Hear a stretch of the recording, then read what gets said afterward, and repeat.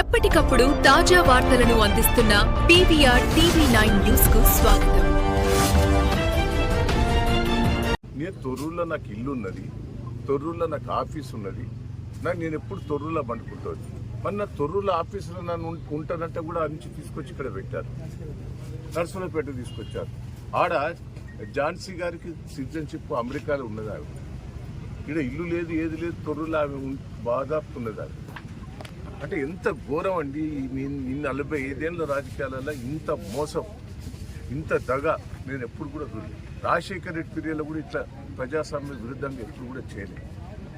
కానీ ఇప్పుడు ఎందుకో ప్రజాస్వామ్య విరుద్ధంగా నాకు రాజకీయాలలో ఈ కక్ష సాధింపులు చేయటం వల్ల రాజకీయాల్లో ఉండాలన్నా తప్పుకోవాలన్నా ఏంది ఇంత గోస ఏందండి? ప్రజలు నాకు పట్టం కట్టారు.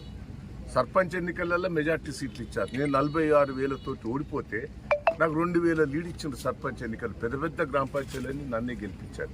ఏదైనా మున్సిపాలిటీ కూడా మెజార్టీ వచ్చింది.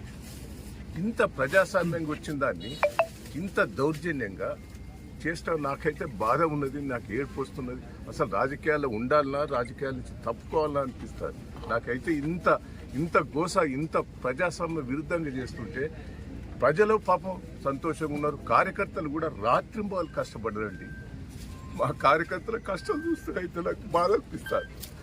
ప్రజలైతే కార్యకర్తలు 2 రోజులు బట్టి భోజనం లేకుండా 10,000 మంది కార్యకర్తలు వచ్చి రాత్రింబాలు కష్టపడ్డారు నా కోసం. నేను ఏం చెప్పాలి, ఏందైనా చెప్పాలి? ఎట్లా ఇంత విరుద్ధంగా చేస్తా అంటే రాజకీయాలలో నేను ఉండాలన్నా పోవాలన్నా నాకైతే బాధ ఉంటుంది. దయచేసి ఏంది ఈ దౌర్జన్యం? పోలీసు వాళ్ళు కూడా దయచేసి ఇట్లా చేయటం కూడా మంచిది కాదు. కేసీఆర్ని చూస్తే ఒక పక్క అభిమానం, దహేంద్రని చూస్తే అభిమానం ప్రజలు. కానీ ఇంత అరాచకాలు చూస్తుంటే నాకైతే ఏమన్నా చెప్పండి. నా కార్యకర్తలకు ఏం జవాబు చెప్పుకోవాలి? కార్యకర్తలకు నేను ఏం జవాబు చెప్పాలి? పాపం తెగించి పనిచేసారు 2 రోజులు.